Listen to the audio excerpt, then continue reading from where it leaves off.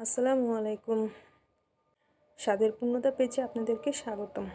আজকে আমরা খুব অল্প সবজি দিয়ে চাইনিজ ভেজিটেবল রান্না করে দেখাবো আপনাদেরকে। প্রথমে একটা ফ্রাই প্যান নিয়ে নিয়েছি।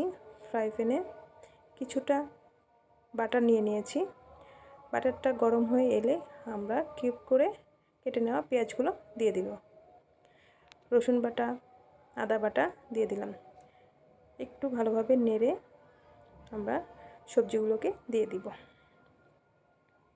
বরবটি, গাজর, পেঁপে নেড়ে আমরা চিকেন স্টো দিয়ে দিব। একটু নেড়ে চেড়ে নিলাম। এবার স্বাদমতো লবণ দিয়ে দিচ্ছি। গোলমরিচের গুঁড়া দিয়ে দিলাম। কয়েক টুকরা কাঁচামরিচ দিয়ে দিচ্ছি। এবার ভালোভাবে নেড়ে আমরা সবজিটাকে সিদ্ধর জন্য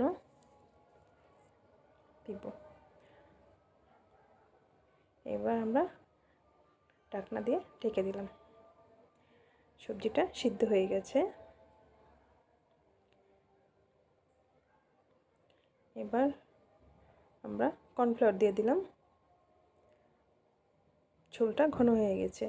হালকা একটু চিনি দিয়ে দিলাম স্বাদের জন্য। দেখুন রেডি চাইনিজ ভেজিটেবল।